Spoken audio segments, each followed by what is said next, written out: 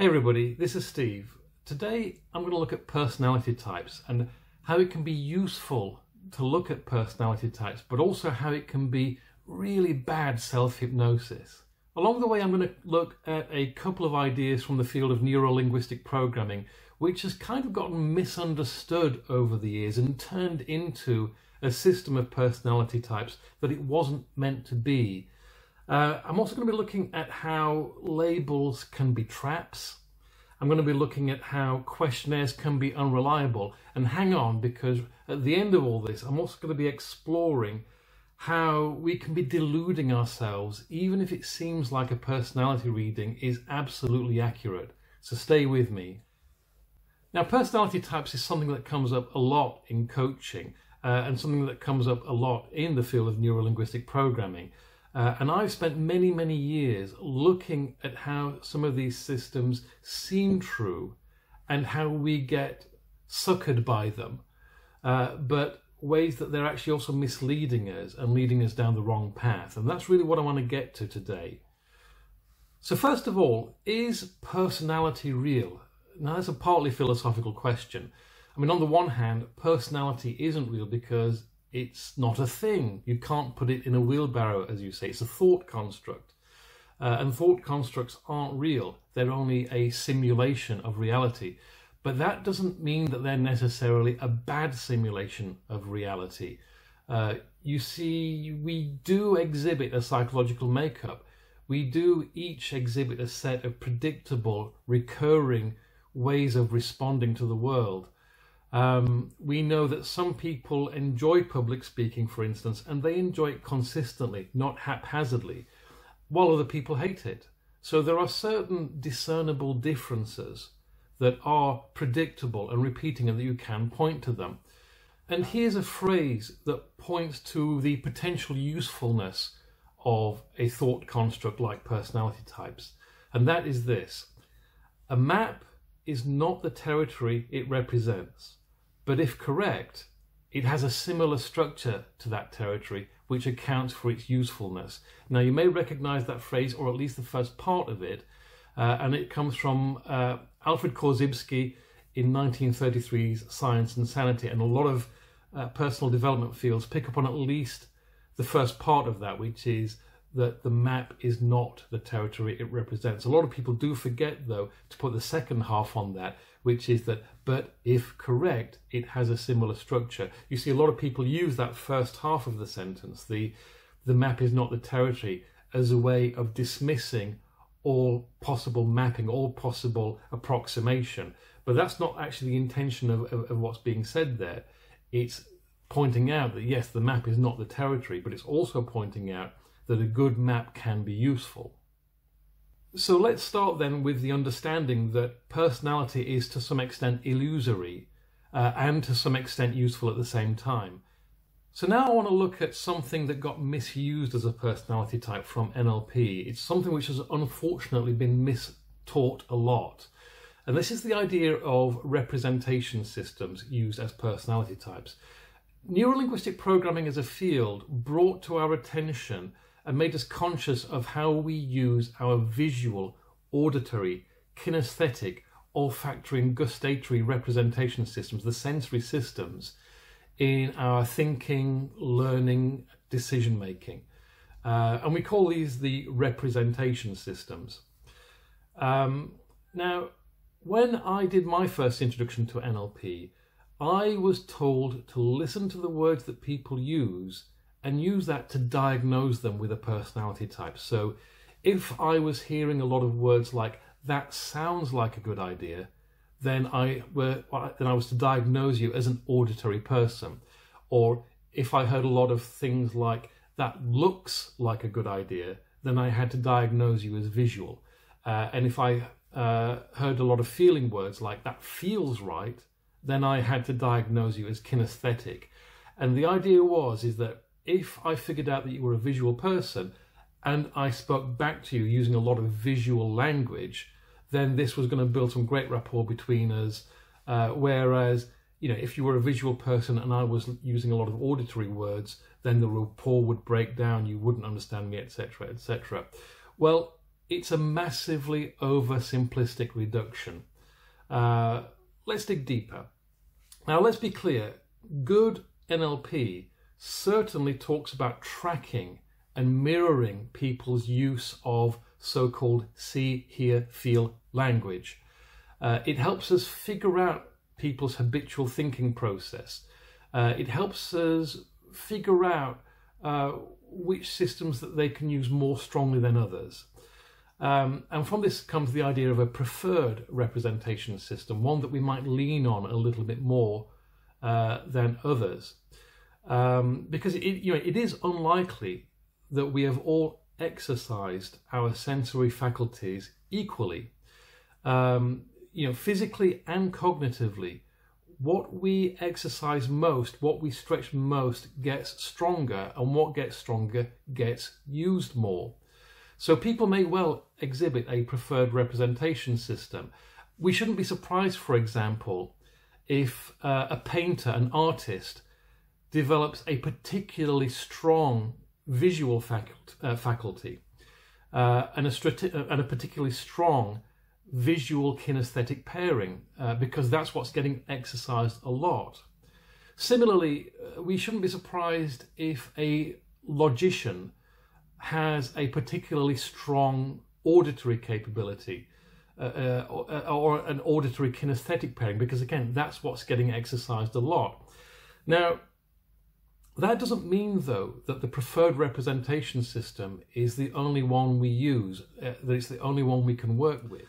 And similarly, if somebody does have a particular strength for the visual system, you might loosely call them a visual person. But if that's a label that we take too literally, we can really be hypnotizing people. I've met people who have been taught that they are visual, and that's become a kind of self-hypnosis that says, oh, I can't do auditory things. I can't do kinesthetic things. The truth is we use all of our representation systems, and it's how we organize them that's more interesting than laying a static label on it. And this brings me to the point about how labels can be traps. In the book Frogs into Princes by Bandler and Grinder, which is one of the original NLP books, and I still recommend it because I still feel that the original NLP books do more to communicate the real spirit of NLP than the many copycat books that have come since. Now, that book says labels are traps. I'd refine that slightly in saying they can be, because I don't rule out the possibility that there can be good profiling out there. For example, as a coach, I find the Enneagram a very good predictive reference guide for choosing useful meditations, useful inquiries, and useful tasks. But here's how labels can be traps. Deciding that somebody is something is to make a generalization about them. And generalizations distort our perceptions. They cause us to see what we expect to see and to miss what's really there. And I believe that all kinds of interpersonal work and communicative work is at its best when we're as free from expectation as we can be and as present as possible to what's actually happening in front of us. Now, that doesn't mean to say not having knowledge. It means opening our perceptions up rather than closing them down and filling in gaps from our expectations. Now, this brings me to the idea of another NLP thing, which is called metaprograms. Now, metaprograms in NLP are a set of identifiable overarching patterns in our behavior. One of the metaprograms, for example, is called the motivation direction. Now, a towards motivation direction means that you're getting motivated when you get close to something that you like.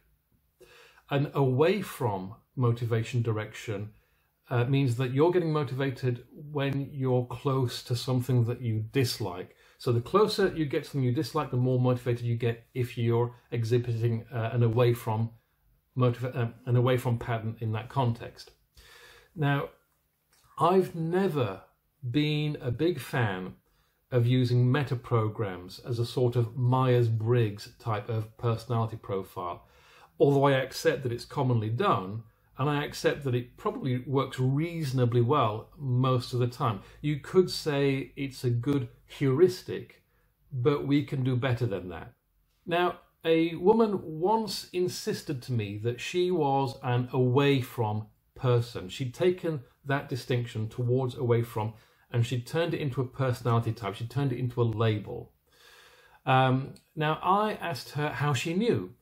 She told me that it was because she'd done a questionnaire and it was asking her things like what typically made her change her job, what made her typically change her car, and the answers that she had given had divined her as being an away from person. So I asked her the question, so what would you have been if the question had been, what makes you open your Christmas presents on Christmas morning? You see, it's not that somebody is a towards or an away from person. It's that you can track predictable patterns of towardsness and away fromness in their behavior. Like with the representation systems, both patterns will show up in certain places. Where they show up is what's predictable. But to reduce your whole personality type to I am one or the other is a misconception. That's people getting the idea wrong. Now, the way I like to say it is it works better to think about meta-programs in terms of when rather than what. So when people respond towards, when they respond away from, not which of the two are they. It's about tracking patterns rather than trying to diagnose a static personality. And I also think it's important that when we talk about tracking patterns, that we're tracking what people actually do rather than how they answer questionnaires, because questionnaires can be unreliable. What people do unconsciously when nobody is watching, when nobody is measuring, is often very, very different to what we do when we are being watched, when we are being measured, and when we're answering a questionnaire. Again, if I go back to the idea of towards and away from, I also spoke to somebody once who'd profiled herself as a towards person, which she felt was better than away from. Because she thought towards was better than away from, that's how she'd idealized herself. So when she imagined how she would respond to something, she imagined herself responding with a towards pattern because she thought it was better. The funny thing is, she once said to me these exact words. She said, I'm a towards person because what motivates me is getting great results because I don't want to be like the non-achievers in the team. Now, think that through. She was representing herself as a towards person in line with her preferred self-image, but in that language is revealed a more fundamental away from driver. Let me repeat it again. I'm a towards person because what motivates me is getting great results because I don't want to be like the non-achievers in the team. It's that because I don't, which reveals the inherent away fromness that's going on at that time. So there is a problem that we tend to imagine our behavior from an idealized version of who we are, and that might be very different to what we actually do. The other problem we have is the confirmation bias, the idea of confirmation bias, which predicts that we will sort and filter information in a way that makes our beliefs confirmed. We sort and filter information to confirm our existing beliefs to ourselves, to reaffirm those beliefs. So if we've come to believe a label that we've put on ourselves, then we'll start to reframe all of our experience in such a way that it proves that label. And this brings us to the duality of elicitation versus installation, of discovery versus self-hypnosis. When somebody gives you a questionnaire and you fill it in, and they, with their authority, turn around and say to you that that makes you a visual towards person, is that a discovery of what's there, or is that a suggestion that will become self-hypnosis? Now this brings me to my final point, my key point, and this is how it's possible we could be deluding ourselves when we decide that our profile readings are accurate. Now, I once raised all of these points that I'm raising today with somebody who not only really believed in representation system and meta-program style profiling, but he also was a passionate believer in other profiling systems, including handwriting analysis, astrological profiles, etc. And his objection was, but every profile reading got my personality exactly right. Well, there's a well-known experiment in psychology by a professor, Hans Eisenach. I think I'm pronouncing that right. I'm not entirely sure, to be honest with you. And he tested whether astrology provided accurate predictions of personality. He asked a large group of astrology students to take a personality test and see if the results conformed to astrological types. And remarkably, they did. However, when he repeated the experiment with people who did not believe that they had an astrological type, the results showed no correlation whatsoever. Now, does that mean that the astrology students were answering the test dishonestly? Well, probably not. They're probably not deliberately anyway. Does it mean that their belief in astrology had influenced their personality? In other words, had the label that they'd accepted actually shaped what their personality actually was? Now, that's possible. Could it be just confirmation bias against an idealized self-image? Maybe. I don't truthfully know the answer to that. But the point is that belief was a factor. And another factor to consider is something called the Pygmalion effect, which predicts that people tend to achieve the results that people expect of them. They actually change to meet the expectation. And another factor to consider, by the way, is that some personality readings use language which is so vague that it actually fits anyone, but it seems like it's specific to you. I mean, anybody who's studied hypnosis and universal pacing statements will recognize that it's easy to say something that's actually really vague, but does seem really specific to the listener. Try this on for size. You're a kind person at heart, even if you don't always show it, and you try hard at things you like, but you get frustrated with people sometimes. Does that feel like an accurate reading of your personality? Probability is it does. But that's only because it's really vague and it's drawing on things which are true for most people. And yet, because of this positive search strategy that we have when we're evaluating things are true, it creates the perception that what's been read is something specific to us. So in a nutshell, please do not be fooled into thinking that Neuro-Linguistic Programming, NLP, is about diagnosing people with static personality types of the representation system type or the meta-program type. It really isn't. There is a predictable when to these patterns which is worth coming to grips with. But it is inaccurate to use them as labels. And the real short version of everything that I've said is that labels are traps.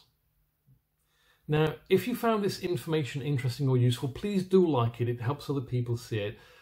If you have friends who might be interested in this information, please share it with them.